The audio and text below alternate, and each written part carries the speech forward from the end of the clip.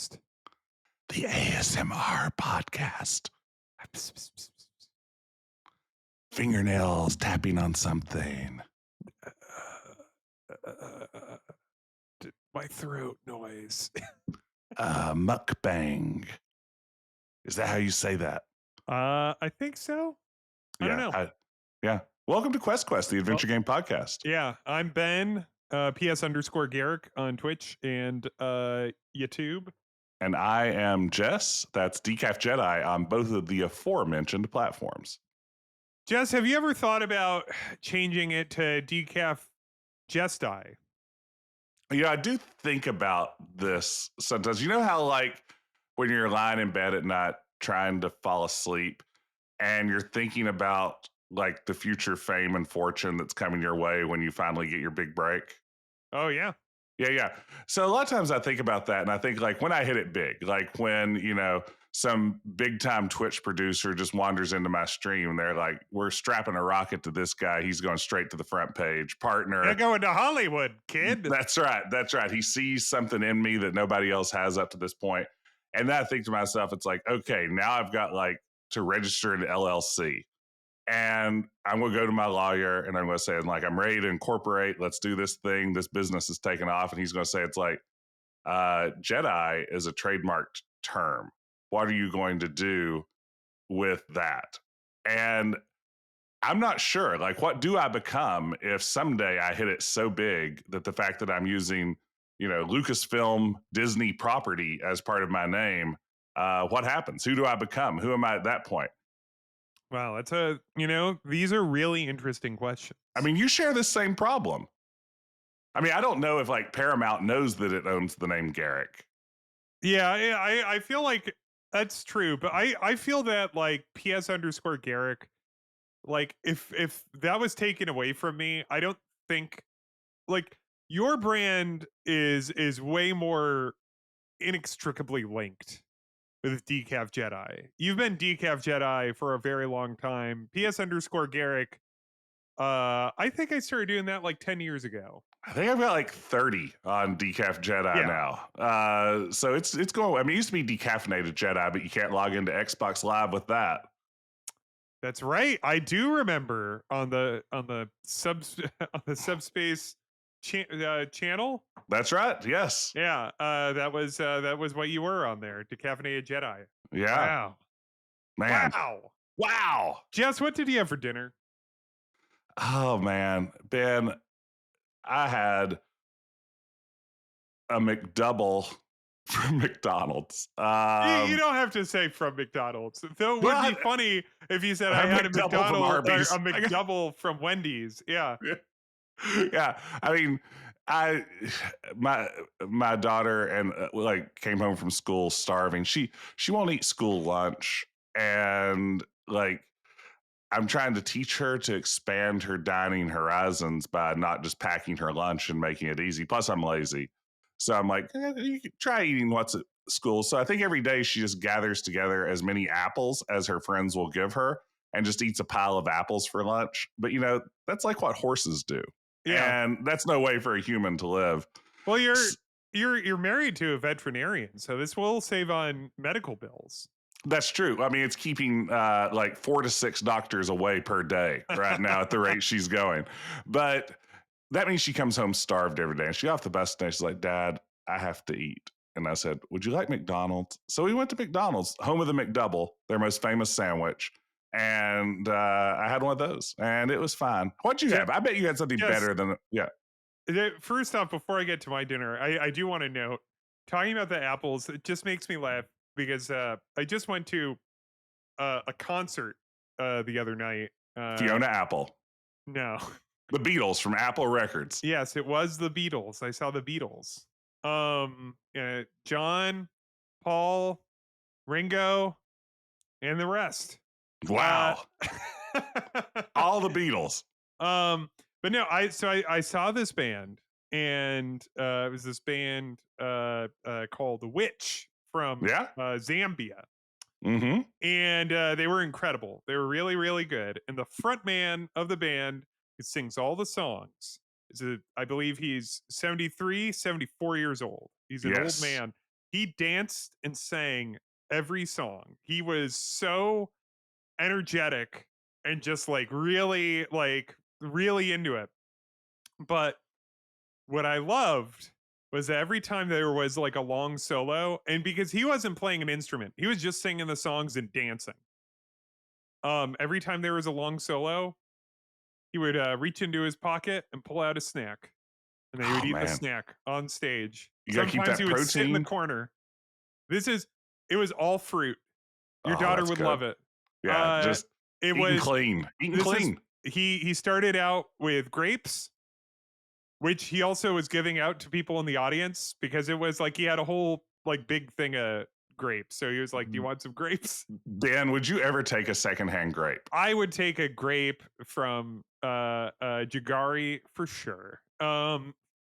I don't know if there's He anyone on this said planet. this kind old man singing these lovely songs and then telling grandpa jokes in Are between the songs. are these loose grapes?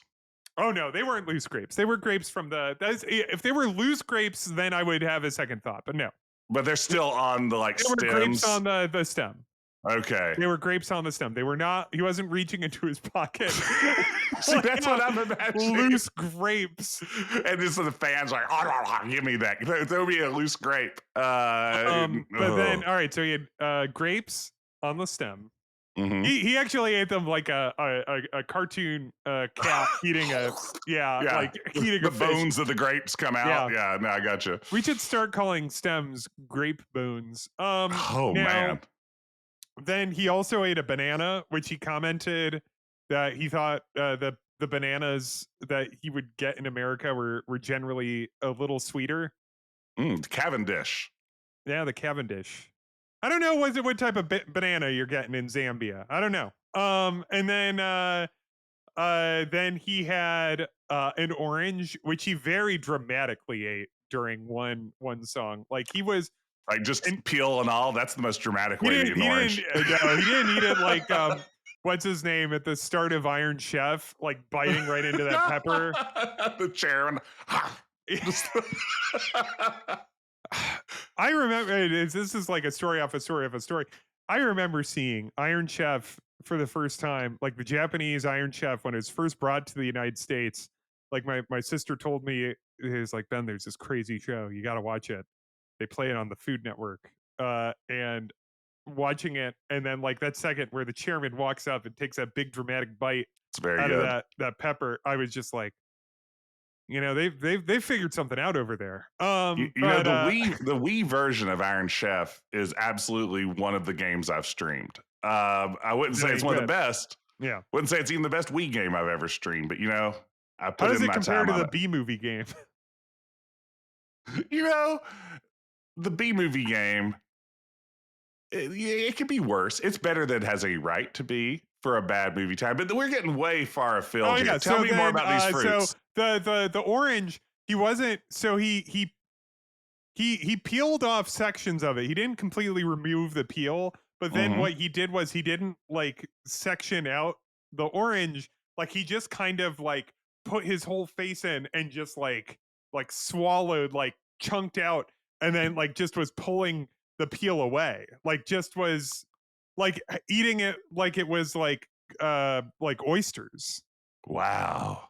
which is a pretty dramatic way to eat an That orange, is. in my And again, opinion. there is music happening around him and a crowd watching him do this. Oh yeah, and a crowd that loves it. Just And rapt. then at the very end, and they're done with their encore at this point. At the very end, he's just wrapping up like that final song, reaches into his pocket, pulls out an apple, There you go. just starts eating the apple. Does he do that in any sort of dramatic way? No, he was just this the apple. He was just like, it's time to have that apple. Uh, Ben, you are someone who occasionally treads the boards. You're on stage from yeah, time to time. Um, what would be your on stage snack if you had to, in the middle of a performance, maybe while still in character, have to? It's like blood sugar's low. I need a bite to eat here. What are you pulling out of your pocket? Loose grapes? yeah, loose grapes. Not only would they be loose grapes, but they'd be loose grapes that like kind of fall onto the stage. Yeah, Like and And it's important to note, after being in your pocket, these are Oh body yeah, temperature. They're but they're body 98.6 degrees. temperature loose grapes that are also like a little bruised, maybe a little crunched up, and then like I pull them out like sometimes people have like loose change and it's like the crumpled up dollar and a couple and like the dollar rolls out of the hand or something like Yes. that. Yeah, loose grapes. He was also drinking like a cup of tea the whole time too. Wait, so like hot tea, like out of a fancy cup? It was out of just a like a disposable paper cup. Okay, so not like a You could saucer, tell it like was tea because like the little tea bag like label was still mm, dangling out. So he wasn't even worried about over steeping it. He was just like, I'm wow. gonna have this whole fucking thing of tea. Gonna assume if he's singing and he went hard, I'm gonna assume we're probably talking mint or lemon. Yeah. But like he's He, probably not gonna go for a caffeinated one because that's gonna tear up your fucking probably yeah. not going to be good for your throat if you're just like belting out Hmm. some incredible tunes. That's why I'm a decaffeinated Jedi. Yeah. But anyway, for dinner, anyway, But yeah, which look that's them up. back to the Great. topic of this They just put out podcast. a new album this year. The guy is old and he just put out a new album. Incredible. Anyway, um uh dinner tonight was some leftovers I made. Not very exciting, but one of my favorite kind of boring meals, which is I make a good meatloaf. Mm, I make a good meatloaf. I've gotten to a point where I feel very confident in my meatloaf skills, the mix of spices that I use. And then this recipe like had them on a sheet and it was like a one sheet with I sliced up like baby potatoes and Brussels sprouts. So all of those were cooked up in all the meatloaf fat, coming out of there. yeah. And you want to know what? Yeah. Spectacular. This was Oh man. just about the end. Here's a question for you. What isn't it so annoying when you're having leftovers and you make like you put out as much as you know that you can eat and there's just a little bit left. You just go ahead and eat it. You just go ahead and eat it. You just eat more than you can eat. That's why you normally do because I do not like to throw away food. Yeah. And but that little bit, the good thing about meatloaf is that can go into a sandwich. And so there's Yes. enough for tomorrow that's going between two slices of bread. Um Ben, how long do we have to talk about food today? Endless amounts of time. Okay. Well, let me tell you about something I just discovered. Well, I didn't discover it. I've discovered it like 17 years ago, but finally tried it last week. And Scrapple. Scrapple. No, it's not Scrapple. It's Snapple. Have you heard about this delightful beverage? No, but I have heard of Fruitopia. Oh, Hey, no. Paul, Fruitopia. Yeah, Fruitopia. Um, I don't know why my Paul always sounds like a Beavis. But so, Ben, at my shopping mall in the food court, Right. there is a local restaurant called The Big Loafer. Now, Ben, I want you right now to type into Google Big Loafer, West Virginia, and see if you can get a photo of what the exterior of this restaurant looks like. It looks like it I is, will say that it just immediately, like yeah, the Google suggested, it was like the Big Loafer yeah, restaurant, Barbersville, West Virginia. It yeah. knew. So, looking So at let's take a this, look here. what Okay. year does it feel like this restaurant like flew into the world from? Well, you look at that wood paneling and you look at, and then also, so I could see that like because I'm looking at the first photo that Google served up to me, which is like an exterior. We're in a mall that looks very, kind of your 80s 90s mall tile and the menus, which I like this is at a distance so I don't see them, but the menus are clearly those like kind of like finger or letter tiles they're Mm-hmm. kind of slid in that also have like the tiles that they could change the price. You have the It's kind like of backlit. yellowed, Yeah. yeah, you have the like kind of yellowed, kind of unappealing photography Yes. of the food. Yes. And I would love to know what that font is. If you could send us an email, Oh man. Yeah. westquestpodcast@gmail.com of that like that stand menu font. Ah. I would be really interested in knowing what font that is. Anyway, But let me tell you, I've been walking by the Big Loafer for uh, 17 years. okay, I because my guess was that like it looks like something that was like opened early 90s, mid 80s. See, that reads like early 80s to me with all the wood grain. Well, But see that's before I was alive, so yeah, I it can't was here even. when Yeah. I got here. Let's see, what year was that mall built? I mean, I bet this is an original. If I had to take the real guess, let's see. Then we get to the bottom of this. This is important for the podcast. Barboursville Yeah. Mall, 1981. I'm going to say Okay, that 81. is, yeah, that's a Oh, 1981. I love this. I love this. I'm on the Big Loafer website, Oh, and there's a couple little things here. It says our decades long history, and it says Big Loafer, and I want to be clear here. It's Big Loafer. It's not the Big. Oh wait, it says the Big Loafer, and then it like at the top of the page, and it's thebigloafer.com, and then it only refers to itself later on as Big Loafer. So there's a little they don't know. They don't. inconsistency here. They don't have their Anyway, SEO. Big Loafer was one of the first restaurants to open in the Huntington Mall in the 80s, and the same local family has owned it for all 40 plus years. Oh man, that's amazing. But let me tell you, Ben. Hold on. Do we ship? We would love to ship, but it seems cost prohibitive. What I like about that is that it doesn't even like have some fucking courage of your convictions here. We would love to ship, but it is cost prohibitive. Or we would love to ship, but we're a small family run operation, and that is beyond our capacity. Or just don't mention it. Nobody's asking Or you if you ship.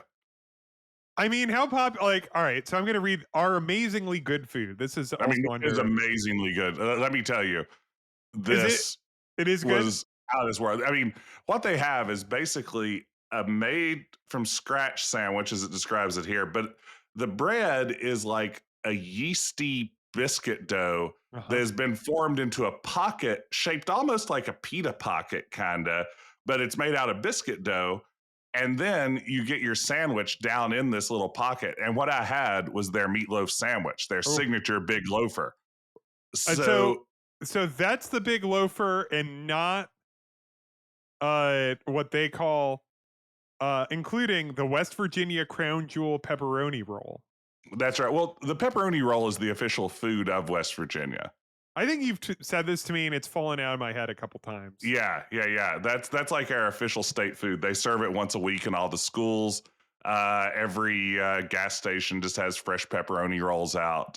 It's a state tradition that began in the coal mines, where This is so wild to me looking at the prices on the menu. It does say that they're subject to change, but that looks about right. a You little get different from big city Chicago.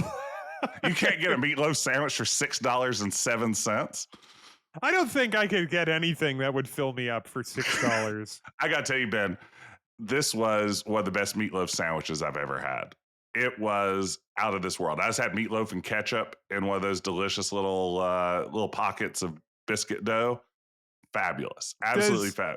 does this is this the only location? As Because far it as I look know, yes, that's so funny. yeah, So like because it looks like you just don't think of you don't think of like a mall spot to have you know like to be an independent restaurant.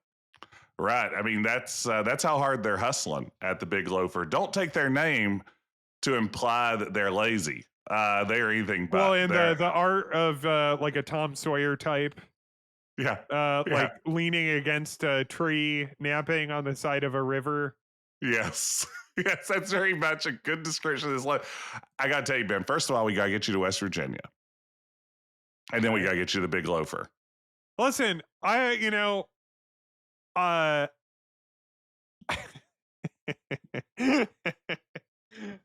hold on. I'm looking at their photo gallery, Oh and no, there's I like a was bunch too. of photos of like the food and people working there and people smiling. And then there's one that's just a screenshot of a Facebook comment from 2010 that says, I love the big loafer more than I like most people." Yeah, Same. this is I will definitely say this is the kind of, I mean, I'll fuck this up. Like I will, like I'll definitely have a lot of like the problem with this, and this is the problem I've realized as I've gotten older, is that this is something I'll eat, but it will ruin my day. Oh yeah. Well, what you're gonna want to do is you're gonna have that, and then you're gonna want to walk directly across the food court to the Great American Cookie. Great. And that will even out any sort of problems that like the greasy meatloaf may have caused. Oh, Jess, I've got a similar one of those, and we do have to get to something eventually. But like, there's this place in Chicago. One of the great Chicago barbecues is this place called Lem's. It's in on the South Side. It is Chicago South Side barbecue uses an aquarium smoker, which is like this large transparent room, like where like it's pretty big, and that's where they'll smoke all of the meat. Mm-hmm. And so you get barbecue from this place. It's a stand. You get like this big styrofoam full of like Chicago barbecue is links and Yeah. bird tens. Mm-hmm. And then of course you get like the big thing of Wonder Bread, as is true of Oh any. yeah. You get that, you eat it on the hood of your car because that's what you do.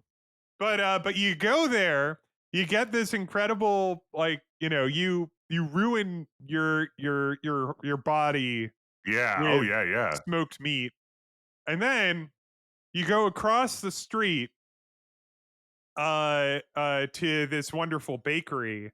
Um uh Brown Sugar Bakery, and you get Mm. a slice of their caramel cake. Oh, a caramel cake. Now, That's are like we talking when we yellow say cake caramel with cake? a Yeah, really yeah. The good ripple, like uh caramel frosting. one of each. Yeah, one One of each. caramel, They one got some caramel, and one caramel caramel. and they have some caramel. Here's the Wow. thing, I don't even know which one I say I anymore. don't either. Can't tell you. It depends on whatever one I've heard most recently, I Yeah, think, is the one I say. absolutely. Yeah. But yeah, so that's my Chicago equivalent of that. It's like, Mhm. here's this meal that will destroy you, Yeah. but well, like if we went all the way here, we gotta go across the street Yeah. and get dessert. Well, let me tell you this. I will say, contrary to its name, the Big Loafer is not as big of a sandwich as you'd expect. Like, it's not much bigger, probably, than like a Whopper in size. Like, I loved your pronunciation of Whopper. did I say The Whopper? WH. You really put the spin on that. We like to have fun here. All right. Well, speaking of fun, what have you been playing? Ben, I had a whole thing about what I've been playing, and I was going to tell you I was playing Space Channel 5 because I have been lately, and I'm terrible at rhythm games, and I want to be good at rhythm games. I don't even know Space Channel 5. That's like the a Dreamcast? Yeah. That's the Dreamcast ooh la la, like space girl who goes around. Yeah, and, like, it's like that, like Y2K, like style, right? Yes, like it has like the absolutely. big bubble, like Yeah. when you're Gen Z kids that are into that aesthetic, like that's what Yes. I know. I don't know anything about that game, Yeah. but I know what that girl looks like, and I know what that font is, and like that big bubble around. And the it's logo. just a rhythm game. It's like Parappa the Rapper or anything else. But I don't even want to talk about that, Ben, because I've got a better one I've been playing. You got a better one? Fuck That you, came up like, Space Channel. wow, yeah, get bent. Is that something we say? Sure. Yeah. right before we came to record tonight, I played, Ben, trivia on the high seas. Trivia on Now- the high seas. Now, this isn't a game per se. This is an IRL game. My wife is currently on a cruise to Bermuda. And on this cruise, there was a trivia contest, a name the one-hit wonder and the artist trivia contest. Were you a phone-a-friend for your wife? Ben, she put me on speakerphone under the table, and I fed her the answers to every question. Wow. I can't And believe you know you're what? admitting this on I know. on the air. This is probably a transnational crime, since it was done in international waters. Yeah, you're on international waters. Anything's Yeah. legal out there. Oh, that's true. Well, here's what I did, Ben. I fed her the answers, and you know what? I won trivia. I got my wife and her lovely sister some drink vouchers with 30 out of 30. It was Wow. unbelievable. It was a perfect performance. What was what's the song that you were the most proud of that you got? It was remembering who the artist on Spirit in the Sky was. And here's my other question. So you're on speaker. Were you texting her the answers and using speaker to hear the songs, or were you like just talking? I was listening over the Yeah. speaker to hear the that's song what I and thought. texting That's what her. I thought, because it's like if people would hear and be like, "Wait, what the fuck? What the fuck?" Yeah, there's somebody else helping those people. Yeah, so I cheated my way on my wife. I didn't cheat. I answered them honestly. I didn't use Google, but I helped her cheat. So that's what I've been playing. I've been playing trivia on the high seas. Ben, what have you been playing? Well, Jess, this is Same thing? Yeah, I was helping at another table and I wasn't as good at it. So this is I kind of wish that I have not really played this. I'm just proud that I got it to work. Oh, So I'm gonna count that. I like this already. Which was that for some reason, I think I heard someone talk about it on a podcast or something, but for some reason, I just had in my head, you know what? I want to try out Batman Arkham Asylum. It's been Okay. in Steam forever. I know it's a game that is very highly regarded, like this beloved, what is it, like 2008, around then, right? Yeah. It's like I've had it on Steam forever. I had it Mhm. on my PlayStation, and I didn't play it very much. Yeah. Like it's just a game that's always been on the periphery. You could not have surprised me more with a pick. Let me just interrupt you to say that. Continue. And so I was like, there was just part of me that's like, I bet that would be a lot of fun to play on the Steam Deck. Yeah. And so, but of course, then I look on my Steam Deck, and then it says not compatible with the Steam Deck. And I'm like, come on. It's gotta work. Yeah. And so I had to like go online and follow, and I don't want to make this sound too impressive. It was like 2 steps, and they weren't very hard. It was like, go to this website and download this specific version of Proton, which is like the wrapper through which they fool Windows games into playing on Linux. So I did that, and I was like, this probably won't work, even though everyone says it will, because I'll probably fuck something up, because, this stuff's always annoying. And then I got it to work, and I played like the intro where they're walking into Arkham Asylum, and that Joker. Oh man. Like he's laughing and he's making fun of everybody. He seems pretty confident for someone about to go into a maximum security prison. You know, the thing about him, I mean, he's such a rich fictional character that's been developed going all the way back to like the 1940s. And the more you think about it, he is just a clown who thinks crime is fucking hilarious. He can't get enough of it. He just thinks crime is so funny. But also, this is It's not the last one. Doesn't Mark Hamill do the Joker in one more of the Arkham games and then he's done? He does a few more, I believe. I believe he's there all the way up until like Arkham Knight, isn't he? But yeah, I don't know. There was just, and it's just funny because I'm not a comic book guy. I don't care for Batman. Don't care for any of this. It was just, there was just part of me that was just like, you know what? You should check out Batman Arkham Asylum. It's a solid game. Because I mean, it's a game that is like you have it and it is considered a classic.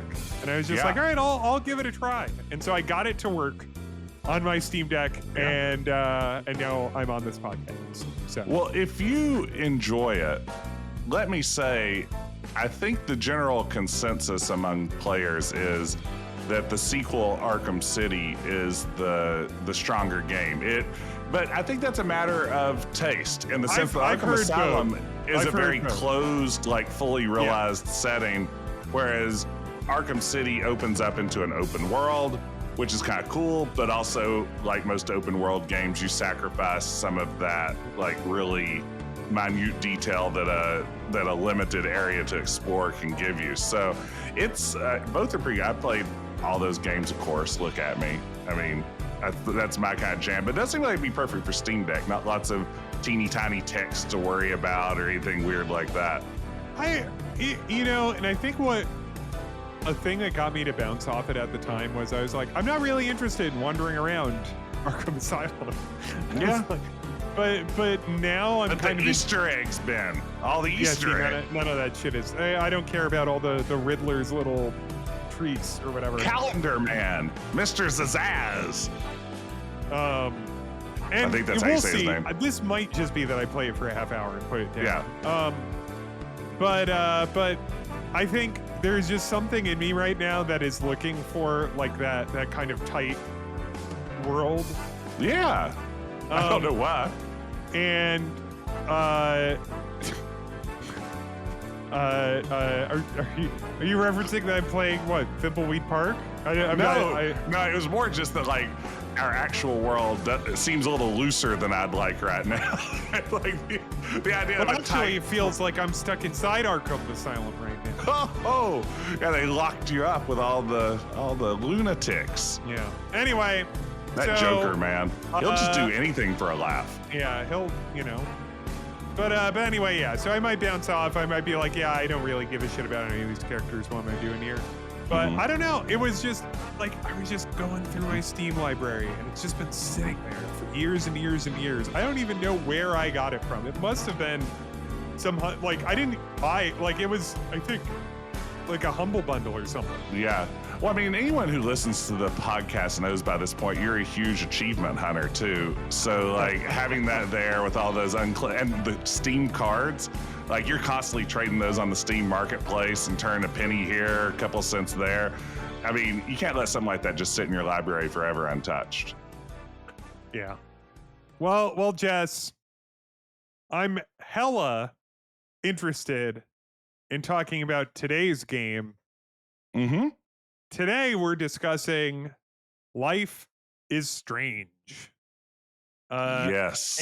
And specifically, at least as far as my experience, we're talking about like the very first Life is Strange. So, Jess, I know you've played a bunch of, at least the like kind of the story, like prequel and sequel stories around like this first story. Have you played like Life is Strange 2 or True Colors or any of those? I haven't played either of those. I've played the prequel to Life is Strange Before the Storm, and then Double Exposure, which continues Max, the protagonist, continues her story. But I haven't dipped into Life is Strange 2 or True Colors yet. Soon. Because I like this game. Spoiler alert.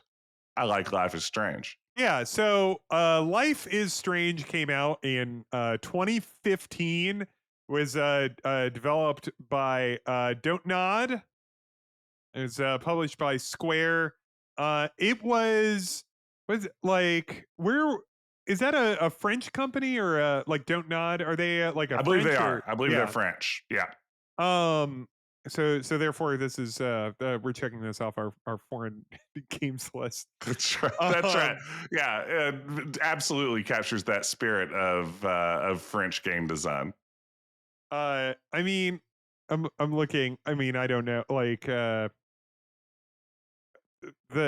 the guy who, like, the first guy listed as a writer for it is an American, so like, I don't Yeah, as know I who. understand, I was reading Yeah. about this earlier. Apparently, the original script was written in French, presumably by someone from France, and then apparently punched up during its translation and localized quite a bit.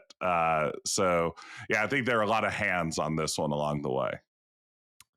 But yeah, so Jess, what is the general plot of Life is Strange, keeping in mind, obviously, that it's a game with a lot of twists and turns.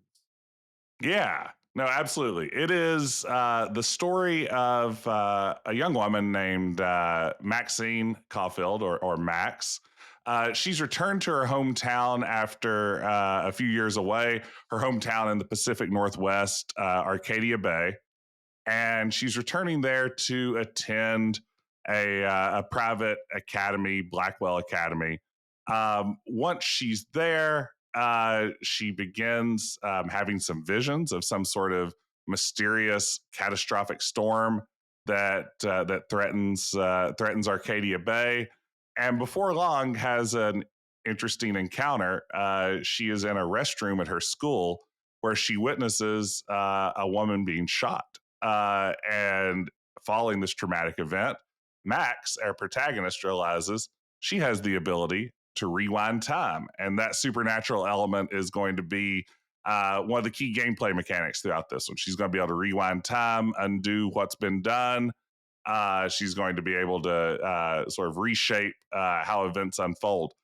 Also, it turns out when she saves this woman from being shot, when she rewinds time and saves this woman's life, she discovers that this woman is her childhood BFF, Chloe Price. And they fell out of touch when Max had left Arcadia Bay, and they very quickly rekindle a friendship as Max begins to learn how to use her powers and unravel the mystery of another young woman from this town named Rachel Amber, who had gone missing in the past. They start working together to use Max's powers to figure out what happened to Rachel Amber. That's my quick version of this. Yeah. So, yeah, no, and I think it's a good one. It is the style of the game, if you're unfamiliar, is that it is episodic 3D third person control of Max, Mm-hmm. and it is uh it's a walking dead 'em up. Yeah, Um it's very much of the Telltale style. It's not a Telltale game, but it is that sort of very narrative focused sort of game. I mean, there are there limited are puzzles. yeah, there's puzzles, but they're all pretty, Yeah, like, light. that's right. And the mechanic of rewinding time plays in there as well. But yeah, for the most part, this is going to be a game that you're going to be able to push through without a lot of hints and really focus in on the story, because I think that's probably what most people really responded to in this one. Yeah, it was a, like, and you could kind of also see as a episodic game. It was 6 episodes, right? Nope, five. 5. um 5 seems to be the magic number That's that the they sweet all landed spot. on. It's the sweet spot. Because that's what Telltale ended up doing too, is they started with Mhm. 6 and went to 5. But the like, you can kind of see them respond to, like, player feedback as they're working on it. Like, there's some kind of like, annoying puzzles in kind of the earlier episodes that, Yeah. like, by the later ones they kind of let go. Mhm. Also, at the same time, like, there's some like, there's and this is what I was alluding to at the start. There's some writing that betrays that it's written by two middle-aged men writing for two teenage women. who are supposed to be relatively cool and hip at some level. And yeah, when you have, I mean, you joked earlier, Chloe, uses the word hella, a few times in the early episodes. And it is one nice thing about this being episodic because I think they were able to see that the community was having a lot of fun with that Yeah. and almost start dropping it like an in joke by the later episodes. Even the settings menu, like if you crank it up to like maximum graphic fidelity, I think the setting is like hella good instead of just good graphics. So they even start having some fun with that sort of stuff. But the tone of this one, I mean, I think the way I thought of it when it came out, and I didn't play it until years after it came out, but to me, it felt like it was pitching almost like a CW teenage drama Yes. sort of show Yes. between Yes. just almost melodrama Yes. between That was how I this felt sort of too. yeah, and even the supernatural element feels like it would be right at home on the CW network. Yeah. Home of the show. Supernatural. Oh, okay. No, I mean, I think that's on C. I don't know that for sure. I thought that's where you were going. That's where I was, but I was making a joke out of it. But yeah, I mean, it feels like exactly as you said. It feels like a supernatural teen drama television show made into a telltale branching choice. This person will remember this. Mm-hmm. There's timers on the dialogue choices.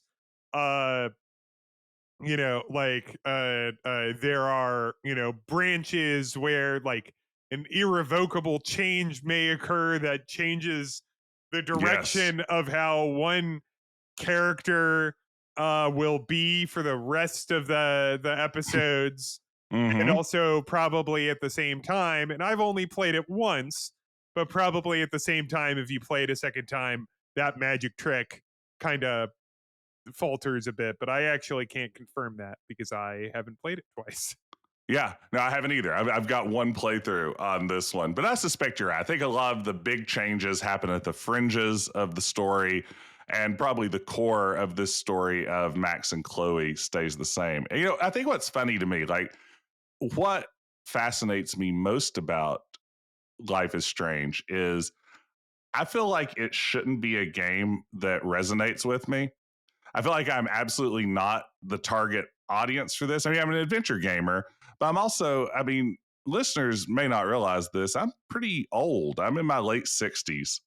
And Didn't I I just feel see you perform a show? You took a snack in between, like when there was a long guitar yes, solo. I got out my loose grapes and just went to town on them. Yeah, You're not 60. no, but I mean, I am 70. not. I feel like this is. I don't know. I don't know if it's like your age group. You're a few years younger than me. Probably a little bit younger than that, right? I feel like this is the Tumblr generation that this game is really made for, and yet I found myself really invested in the story of Max and Chloe. And I mean, people who watched me stream this, can confirm I teared up a few times through the course of this game. I mean, this is a game that was able to make me cry, which isn't hard. I cry a lot. King's Quest You 4 cried when you famously went made me. to Big Loafer earlier. I did. I was And like, that this is was the just best because meatloaf. you saw the Big Loafer and it Yeah. reminded you. It was like Bruce Madeline, Yeah. And also, I was just like, I wish Ben was here to enjoy this with me. It makes such a great introductory segment on Quest, the adventure Yeah. game podcast. If only you were here.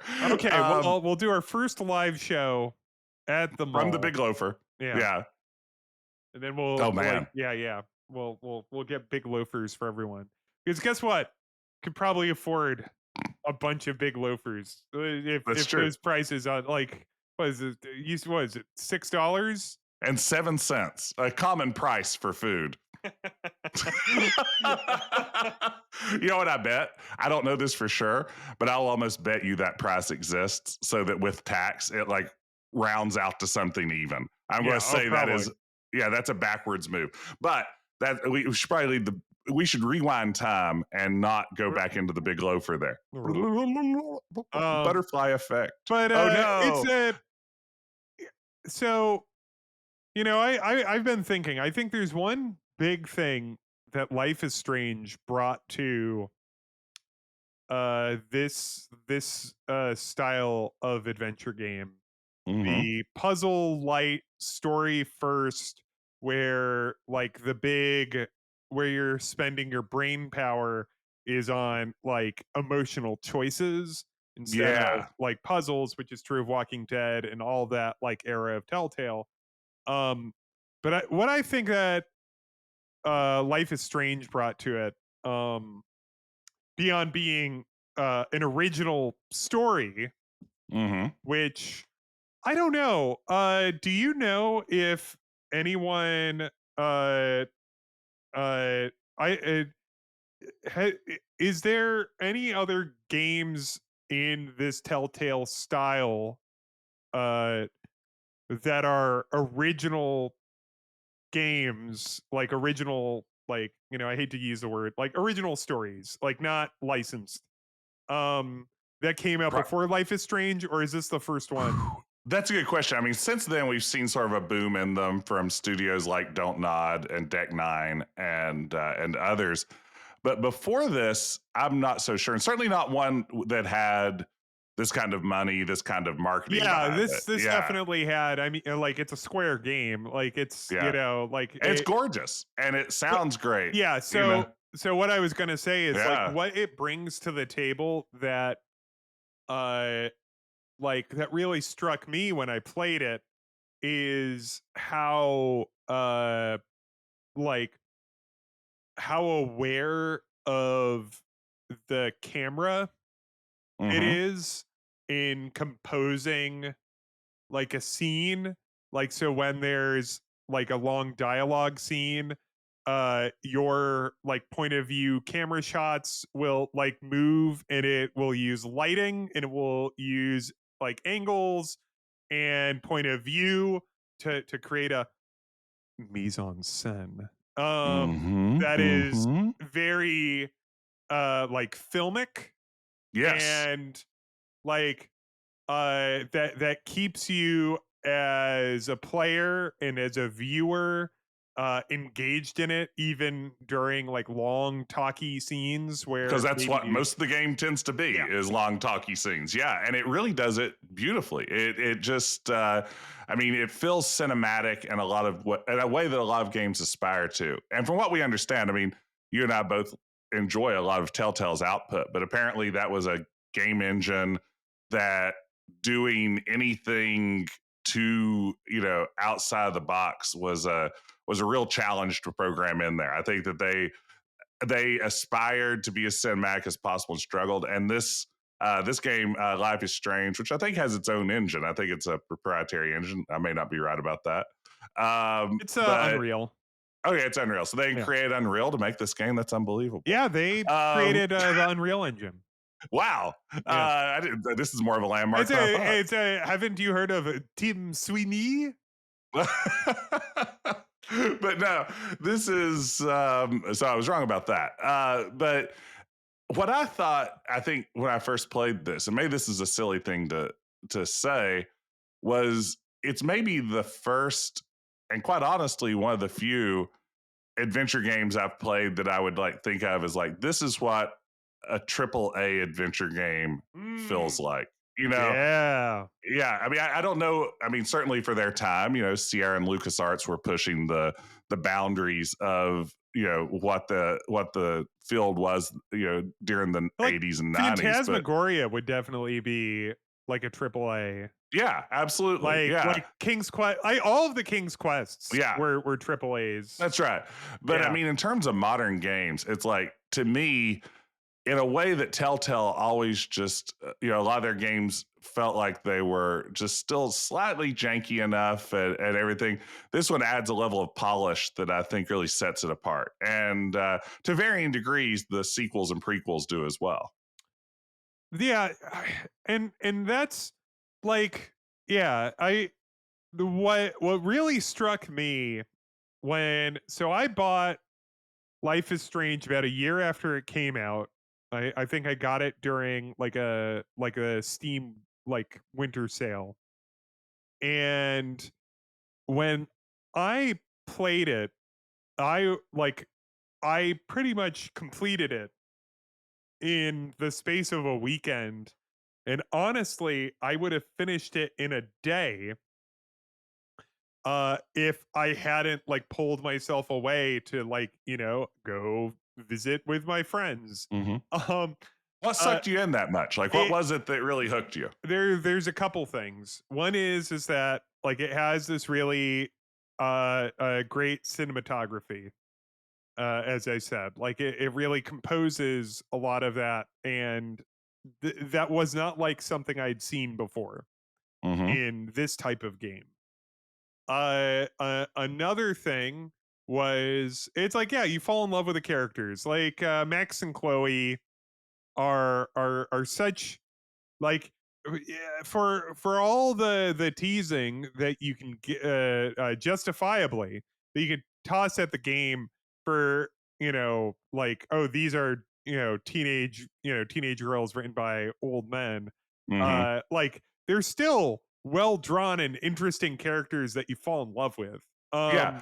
I mean, and even if And they're at some level like stock characters. I mean, Maxine is kind of the good girl, and Chloe definitely reads a little bit somewhere between teenage rebel and manic pixie dream girl, I think, in this. But they're well done enough and well written enough and likable enough that it's easy to sort of look past the stock roles they fill, because they managed to make them a lot more layered and nuanced than just those easy tropes. well, and really good voice Oh performances yeah. go a long way to really solidify Hmm. like, if there's something, and I mean, and this is true of a lot of adventure games, is that I'm generally like my mediocre or bad voice acting can really bring down an adventure game for Hmm. me to the point where like I'll just play it with the text.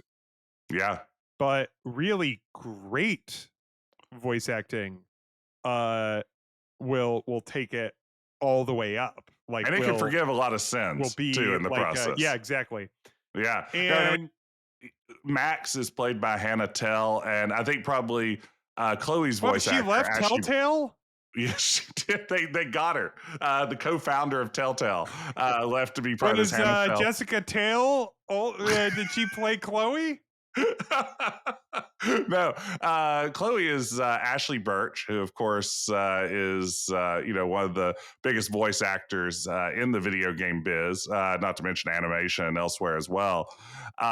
So it's a top notch set of performances, and it's well rounded out through the whole cast. But those Yeah. two, yeah, I mean, they're charming. They are easy to love as you see them sort of rekindle their friendship with one another after years apart, Hmm. and see Max doing everything she can to help Chloe find her lost friend, Rachel Amber. And the other the like and then the final piece of it is that it is like, and this is what really makes it like the CW thing also, is that it has really enjoyable and compelling cliffhangers. And this is also, I'll note, something that Telltale was very good at too. Mm-hmm. Telltale loved to throw a really chewy Yeah. a very very chewy cliffhanger at Mm-hmm. you. And I love That this about episodic games. yeah. Like, actually, I know there are lots of people at the time who just hated this idea of episodic adventure games. I don't know if they saw it as a cash grab or what their beef with it, or maybe it was just having to wait several months at times from one episode to the next. But I love an I just would episodic wait. adventure game. I just wait. Yeah, I just wait that's right. until You it's can all do it. done. Yeah, you I don't even have to I'm complain. like, Yeah, yeah, all right, like that's me with early access games too. Like Hades, I yeah, think Hades 2 is out next week. yeah, That might be with the my next one I'm playing, or in a couple anyway. Like that's been on early access for what, like a year and a half or something. yeah, Like yeah. I loved Hades. I was like, I'm gonna leave that shit in the oven. I don't need to There you go. play Hades while they're figuring out Hades. I want Let that Hades firm when it's up. done. Yeah. So yeah, I really like that this episodic structure allows it to unfold a little more slowly. It's a slow burn sort of story. It's not in a hurry to get to the big climax necessarily. As you said, each episode ends with its own little cliffhanger, but it's a game that likes to sort of dwell in the moments, in the small moments, and really let those emotional bits like just play out. And it's really helped by the fact. I mean, it has some really dreamy style lighting Yes, throughout the game that, yes, yes. and lo-fi music that I really love. It's one of the few I don't listen to a lot of game music, but I'll oftentimes put on like Spotify playlists of music from the Life is Strange series and just enjoy some nice little lo-fi bits of music. Um, I think that really helps serve this sort of slow pace. You're working your way through the game that eventually ramps itself up into some serious drama. Yeah, and yeah, I don't know. It's just a really I think it's a total package, and it's not one without flaws. As I said, like some of those puzzles are kind of Yeah. key, like in kind of like, all right, it's like, all right, get to the point. And some of the like the dialogue doesn't necessarily work great. Mhm. There's a couple. There's a like a couple like plot twists where I'm like, oh, I don't know about that, but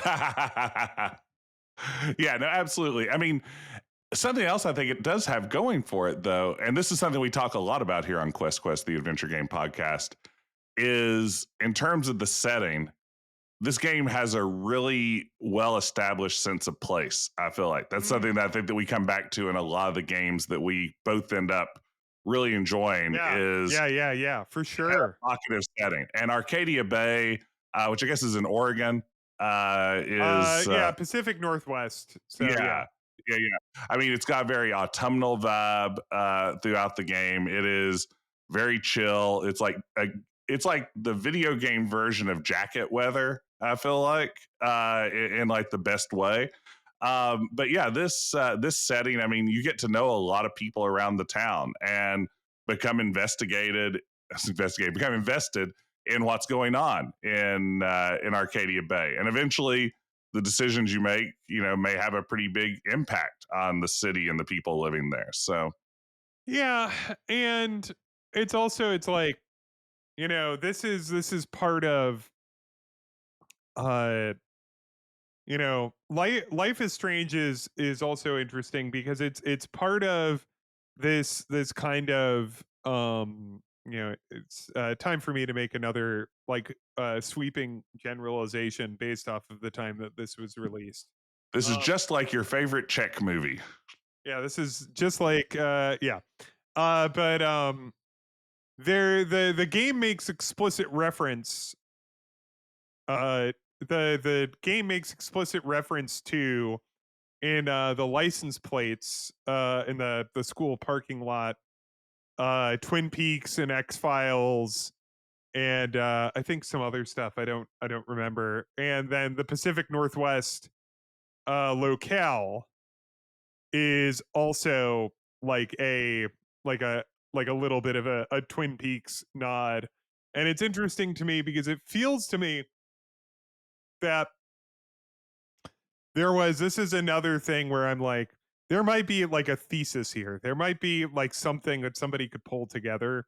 Mm-hmm. Is that like in the early 2010s, pretty much up until Twin Peaks actually came back, Yeah. which was 2017, uh, there was a hunger for like the and I think part of this was also that they like there was a big like re-release of Twin Peaks and it was on Mm-hmm. Netflix. And I think Um its legend simply grew as yeah, time went on as well. I think just on its own. So for a long time, the I believe the pilot movie and I think the second season were not like legally available, if I recall wow. correctly. Like Mm-hmm. you'd only get just the first season. Um and And so that all they got whatever they did whatever they had to do to get all of that worked out some point around then. And so like there was this period where like there were a lot of kind of Twin Peaks inspired things Yeah, all the other came big out. one in video games that leaps out to me would be Alan Wake, right? Like, Alan Wake, also yeah, Pacific Northwest, also yeah, weird. yeah. Like on television, you'd have something like Legion, Mm-hmm. like Okay. Yeah. You can't Legion. quit talking about comic book properties today. You want to know what's interesting about Legion is that I put it on because people are like, "Oh, this, if you like Twin Peaks, Yeah. you'll like this. It's really weird." And I was like, "Well, I like weird stuff, and I like Audrey Plaza. Yeah. So Who doesn't? I'll watch this." And then like I watched the first couple episodes, and I was like, "All right, this is kind of interesting," and it has nothing to do with any like it's very tenuously connected to Marvel stuff. So Mm-hmm. I'm not holding up my nose too high.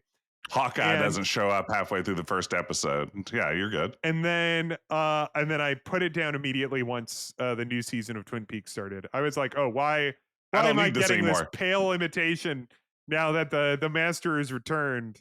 And like we were talking about this um we were talking about this before uh we were talking about this before the podcast started, but I've been streaming Thimbleweed Park. That came out in 2017, and that is Mm-hmm. explicitly making reference to Twin Peaks and X Files in the same way. Like, and you can't.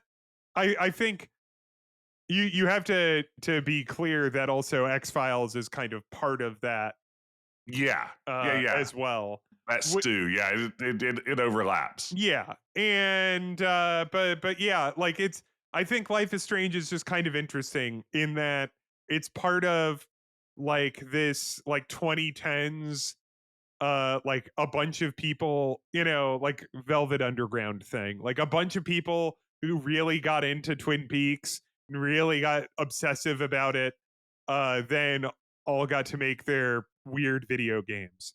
Yeah. Also, there's Link's Awakening, which was made contemporaneous to it, which has references to Twin Peaks, but that's because Twin Peaks was super popular in Japan. Yeah. No, it Did you is know that? fascinating. That's a fun thing about it. I believe I'd read that at some point. I mean, we'll just go ahead and say it here. The official position of Quest, the Adventure Game Podcast, is that Link's Awakening, pretty good game. It's a pretty good game, Ben. Yeah. You heard here I'm first. not gonna disagree with that. Yeah, those Zelda games are pretty good.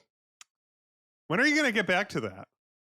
I need to. I can't decide. Like, I feel like I need to You play. started streaming like various other Zeldas, Yeah, and none of them really grabbed you because I remember watching you like because you did Jess of the Wild, and then I would yeah, say uh that's huh. seminal Jess streaming.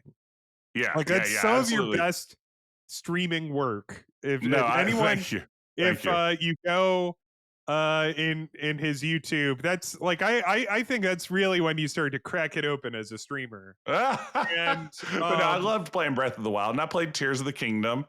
I think I played. What else did I get in there? I got well, Link's that Awakening. was that in 2020 when you played Breath of the Wild? It was either 2020 or 2021. It was It was early. a period when we all had a lot more time. That's right. Yeah, I could do things like just like play Breath of the Wild for 4 hours a day. Yeah, and then like, You know, and I would watch you for 4 hours because I that's was right. just like, Yeah, what else? What do I have yeah, going on? that's right. No, absolutely. I mean, I need to get back to that. What Zelda game should I play, Ben? Well, all right, but what are the ones that you bounced off of? Because you did, I liked Minish Cap, and I got distracted by something. I should probably go back and play Minish Cap. well, And you then should do just Link to the Past. Have you played Link to the I played Past? Link to the Past. Okay, did you stream it? That one. Yeah, I Uh, haven't di- played Ocarina. have you done Link Between Worlds? No, is that the DS That's the game or is it 3DS. 3DS That's game? the 3DS sequel Hmm. to Link to the Past, and it's excellent. Yeah, It that is would be a bad idea. excellent. Yeah. It looks great. It has really good music. It's extremely playable and Hmm. fun.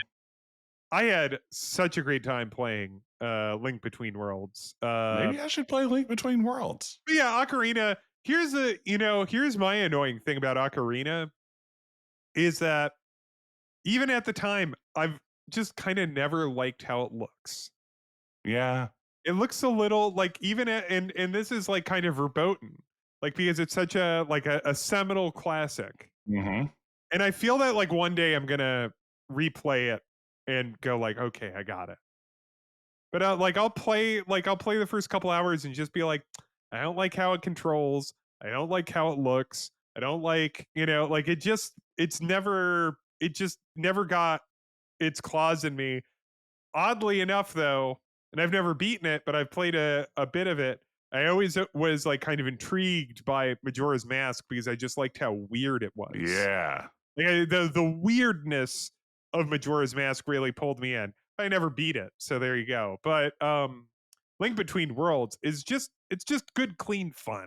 Well, that's what I'm looking for, Ben. That's why, speaking of weird games, What about Life is Life is Strange. Strange? Yeah, no. How about Life is Strange? I mean, what's fascinating to me, like right now about Life is Strange, is that it has recently been announced that there's going to be a television adaptation of Life is Strange produced by Amazon Prime Studios, creators of the excellent Fallout series. Ben, have you watched the Fallout? No, but also I don't like. I do plan on watching it because I I plan on watching Fallout at some point because I like Walton Goggins. Yeah, and Um, I mean, honestly, he alone is worth it. yeah, and that's what people say. Yeah. People say that he's Zach really Cherry good. is really good at it. If you like any Zach I do Cherry, like Zach Cherry. you He's a like good Zach Cherry too. he's a good podcast guest too. Do you think we can get Oh him? man, yeah, Zach Cherry, if you're listening, Zach, send us an you're email at invited. questquestpodcast@gmail.com. You can come on and talk about anything except for Space Quest. Ben doesn't allow that. And we've already booked up Police Quest for our friend Grayson. So Yeah. those are off the table. But And I believe he's a vegetarian, so that will add an interesting, bit of our yeah, discussion. But yeah, yeah, that's he's right. a So Zach Cherry, hit us in the comments, Zach Cherry. in the And Spotify comments or yes, email, but our Spotify comments better. yeah, Um, probably we'll see the Spotify comments first.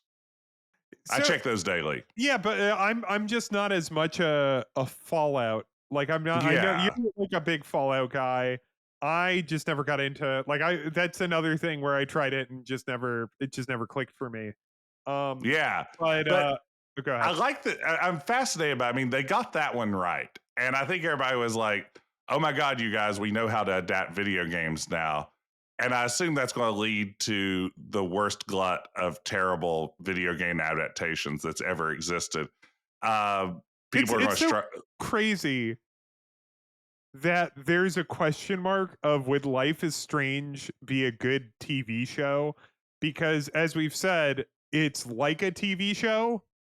Like it Yeah. feels like it would like nicely fit Yeah. as Absolutely. I a mean, TV show, but also uh but also like it also seems like something they could really fuck up. And oh, that's yeah. just crazy. Well, right away in the press release for the series, they say in the first sentence, "We've always believed that Life is Strange deserved to be more than just a game." Which right from the start, it's just like, you know how this is currently just a shitty video game for kids. Guess what? We're bringing it to the small screen so it can be a classy work of art finally. But I do think it should work. But like, how do you mess the like? What are they going to, if they mess this up, where are they going to go wrong? How do you mess up Life is Strange? I'm this is a stupid idea, but I'm looking at the top voted comment on Reddit about this. So statistically the best one. Yeah, statistically the best one, but it is funny. It just starts with you all thought the Last of Us community was toxic. That's a really good point. Yeah. And then it goes on to say, and I won't be specific, but Life is Strange has two potential endings, and like there's one that seems like it's the ending, and I believe is the ending in the sequel, and one that seems like it's probably not the ending. And but apparently the fandom prefers that ending. Yes. The sequel actually allows both of them to Oh, be really? yeah, you Interesting. get asked a question early on in the game by another character, and your response to it sort of puts you in one of two universes at that point. So there isn't a canon outcome How there. interesting. I didn't It, know it, that. it really is. And they actually, I mean, it's hard to talk about this too much without giving away the big spoiler, but it's they do it in a pretty clever way. They actually managed to make it feel organic so that your choice still mattered, but whichever one you chose at the end of the game allows the sequel to still continue forward as intended. So they really thread the needle, but yeah, gosh, people are mad about The Last of Us. Everything from casting to some of the story beats they chose and things like that. People are going to be real mad, real mad if they get Life is Strange wrong. Like, I mean, What if it the just blacks out like right at the end? oh, What that'd if be it so just good. yeah, what if it's just Like, he like just does a Sopranos. oh Just yeah, it gets you up to that point at the very end of the game where you make like that final Mhm. fateful decision. One gives you one ending, the other one gives you the other ending, Yeah. and yeah, it's a prank. And then don't stop believing starts playing, and That's the right. camera just pulls out. And then you just see a whole bunch of like created by like a whole bunch of French names. Yes. That's what I want to see out of this. No, I mean, even the Max and Chloe relationship would be really easy to mess up in the wrong hands. Like, I mean, it's multi-layered. Probably a lot of people know that, depending on the choices you make going through this game, this may be an incredibly tight bond of a friendship between Max and Chloe, or it has the potential to take a more romantic direction, depending on how you choose to pursue that. They're going to have to make some choices on how they do that. I could see that being something that could be a potential pitfall. Um, I think the risk of speeding up the pacing would spoil a little bit of the chill vibes that I feel like this game has. But I'm curious to see how you do it. Like I said, it should be something that translates well to the screen. There's no reason you shouldn't be able to adapt Life is Strange, because Life is Strange started out by feeling like a television series. It's come full circle. Yeah. Life is Strange, full circle. All right. Oh my gosh. Yeah, I mean, if you told me that just like went up for pre-order on Steam, I'd be like, that sounds plausible. Yeah. Yeah.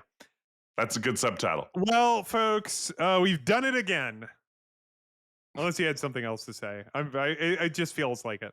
Just wad up my notes here. I'm, I'm now. I'm just looking at people arguing on on Reddit over which one's the correct ending. Oh man. We haven't figured that out in 10 years, huh? You know, I think the correct ending. there's Mhm. some fandoms have really just melted their brains. Yeah, I mean, that one is, I mean, this relationship, I would say there was a time when probably 30% of Tumblr was nothing but like Max and Chloe memes. I mean, this is something that its fandom was wildly obsessed with. And it does not surprise me they are still fighting this battle in the comments on Reddit. That is wonderful. And I mean, it says something too about how much people care about this game, that they are still deeply invested in which ending is the real one. Yeah.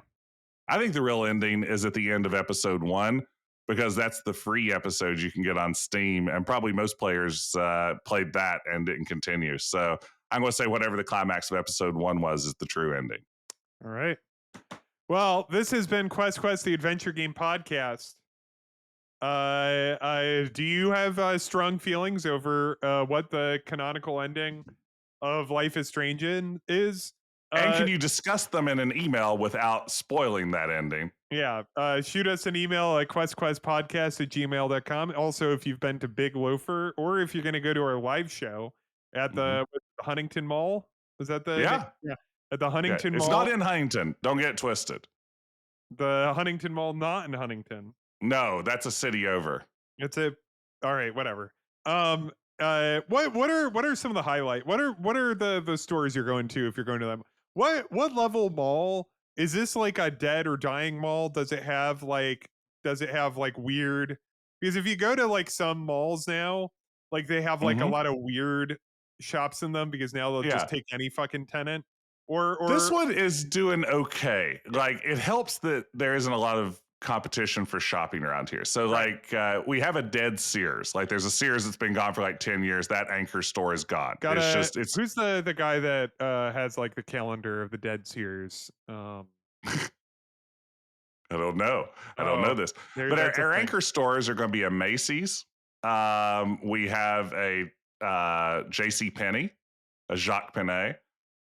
We have Dick's Sporting Goods. We have an H&M. We have a Marshall TJ Maxx Home Goods. We have, oh my gosh, Ben, this is quite a mall. Brandon Bird, by the Books, way. yeah, Books a Million. We got BAM. Damn. We got BAM. I mean, it's this mall's got it all. It's a fairly thriving mall in a world of dying malls, Oh man, I and went it's got the big into loafer. went into a really great. I've become a used bookstore guy the Yeah, last couple months, yeah. and I've started to also like get strong opinions on the used bookstores of Chicago. But What? also, there's a used bookstore that I like so much that I don't want to mention it because I feel that I found a lot of really great deal. Like I went there and got a bunch of things and was like, You I'm don't want gonna all our come back for listeners more. rushing in. Yeah, But you don't want I all. don't want them to get the Quest bump. Yeah, I mean, you've got. I mean, we do have listeners in Chicagoland. We So do. Like yeah, according that's to the right. map, we do. Yeah, I know. So we got to be careful there. I mean, Ben, I will say, I mean, we've got, how much time do we have for this outro? Oh, hours. Okay, good, good, good. I do want to say, the first time that I came to visit Chicago, and you're kind enough to give me the tour of the city, not a used bookstore, but you took me to Women and Children First, Oh, great which bookstore. One of the best. great book, amazing bookstore. The inspiration for Women and Women First Yep. in the television series Portlandia. Yep. Um, just a fantastic bookstore with just a wonderful selection. I mean, that was one of the highlights of our trip through Chicago together. I think the thing about a used bookstore is, and this is true of like kind of like antique stores and stuff like Mm-hmm. that, is it's like uh and I was talking to my neighbor about this. Is like my neighbor put it in a good way. He's like, this used bookstore is really good because it has good turnover. Like Ah. there's a used bookstore I've been Mm-hmm. to, Jarvis Square Books here in Chicago. That's tiny. It's like a little like closet of a used bookstore, Mm-hmm.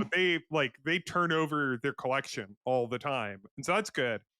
But it's like it feels like the spectrum of it of used bookstores are like high turnover like bookstores, and then like ones that are essentially like hoarders nests, Yeah. You that see, it's just like some guy like has a disgusting attic and now mhm. he's made it into a store.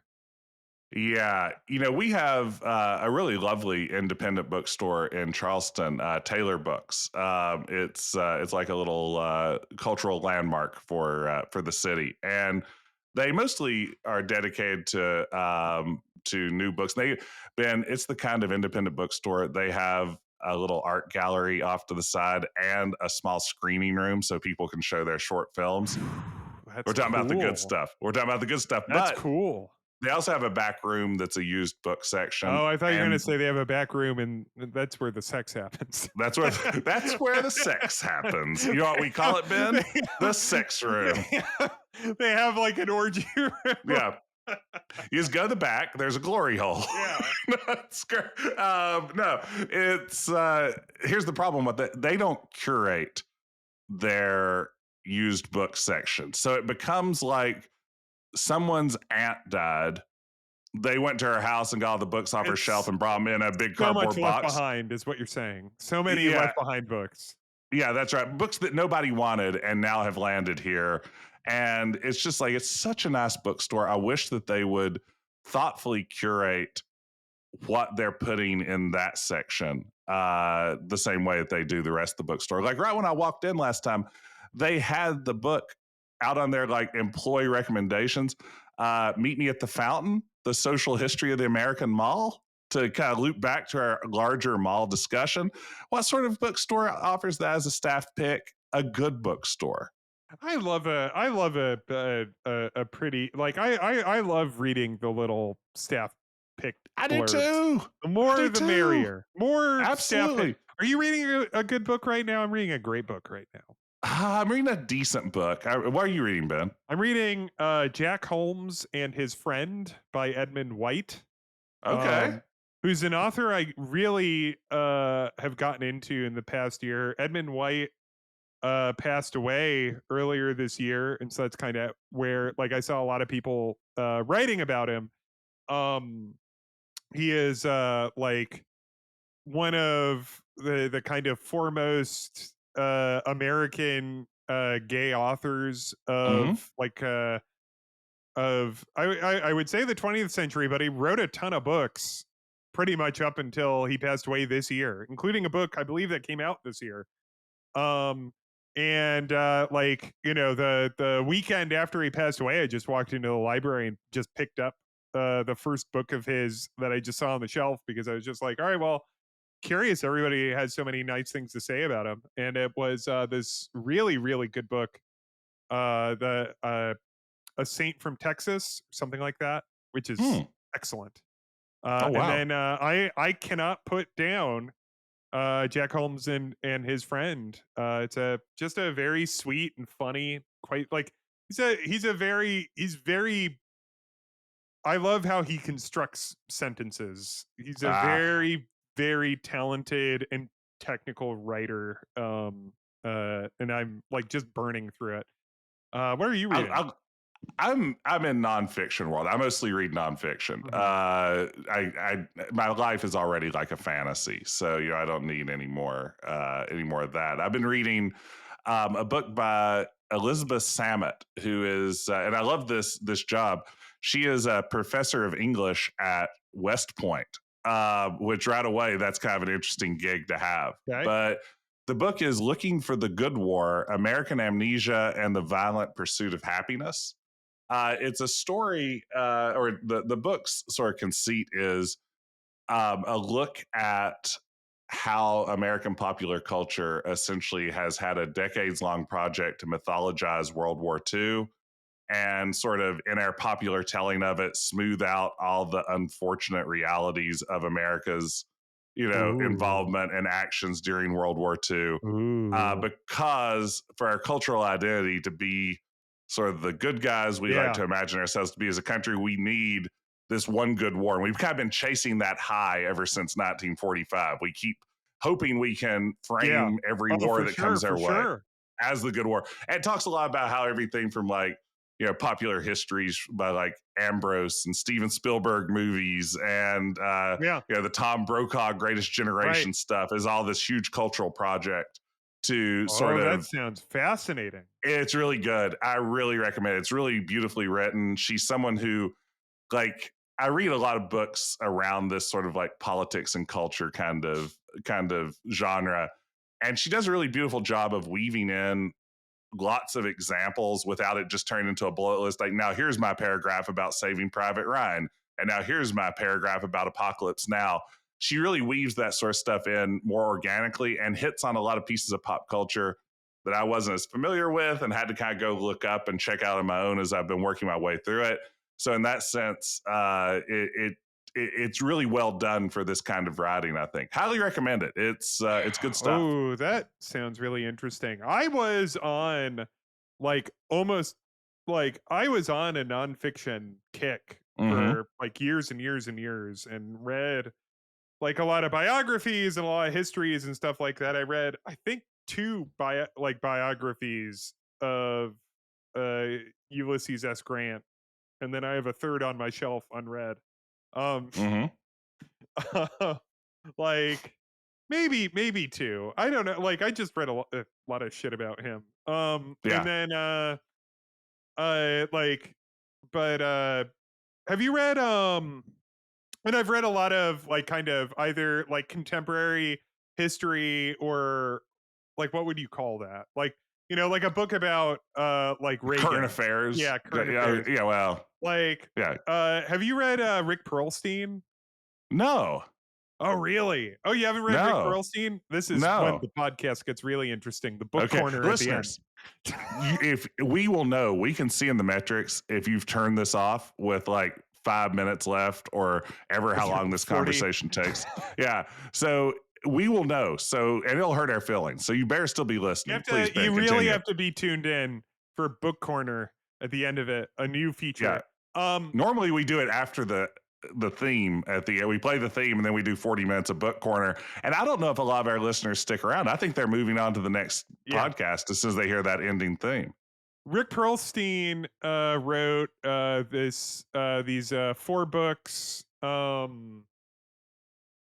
Let me it was the essentially I forget all of their titles. The first one he wrote was about Barry Goldwater. It was Before the Storm. The second one that he wrote is called Nixon Land. Mm-hmm.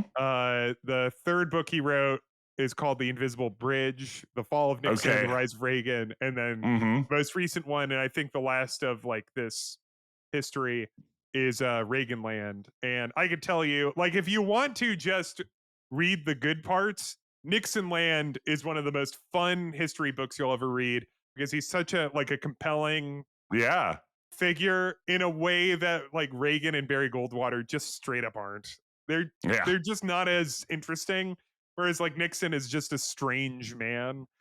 Mm-hmm. Yes, in every way. I mean, It's just an odd, weird person. And so like, whereas like, I mean, yes, Reagan was too, as was Barry Goldwater, but Nixon is just compellingly odd. pathological. Yeah. I mean, I will say, Ben, do you want some deep Jess lore in the middle Of of book course. corner? Yeah. Okay. So after my freshman year of college, I didn't know what I wanted my major to be. I kind of like started to flunk out of the natural sciences. Mhm.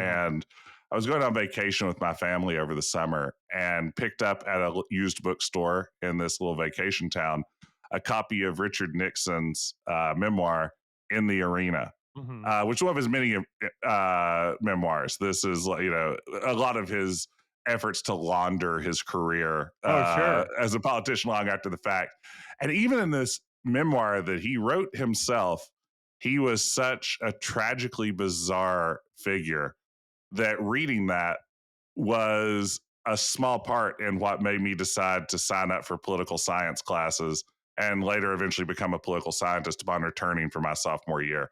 Uh, that's the level of weirdness that Nixon still commands. Is that I could read his own memoir and think, what is wrong with this guy? I want to understand politics better. All Hot right. takes on Yeah. Nixon. Have you Okay, read one more recommendation. Yeah, yeah. Do you have one more? Go for it. Okay. The last time I was at Taylor Books, that lovely bookstore in Charleston, West Virginia, I picked up a copy of Hip Hop is History by Ooh. Questlove. Ooh. And I have to tell you, Ben, if you have any interest in a history of hip hop, it is a fantastic read. Encyclopedic knowledge of sort of the cultural forces that shaped early hip hop and then the way that early hip hop went on to shape the broader culture. Really good stuff. I've read a few histories of hip hop. It may be my favorite, mostly because like Questlove manages to write both as an obsessed fan and an expert in his own right. Worth checking out. Hip Hop is History by Questlove. All right. Well, we've got several books, but all right. I do think we should end. Ben, you seem like you have one more book in you. I do have more. I do have more books in me, but we should stop. This may end up on the cutting room floor, or maybe a No, patrons it's all. only book room I discussion. used to cut this stuff out, but no, now it all stays in. All right. It stays in the pit. The kid stays in the picture. Ben, Yeah. they should email us at questquestpodcast@gmail.com and tell us their favorite book, all these listeners, Yeah. right? Let us know what your favorite book. If you enjoyed if you enjoy Edmund White, who else should I read? I listen, and I know about Garth Greenwell, and I also know about Christopher Isherwood. I know the canon gay writers. You don't have to worry about that. Mm-hmm. But if you got any Mm-hmm. other good ones, oh, and Les, I read that. That was pretty good. Anyway, uh, all right. questquestpodcast@gmail.com. Give us 5 stars. Tell all of your friends. And join us next week for Book Quest. It's all book corner next week. Bye. And food.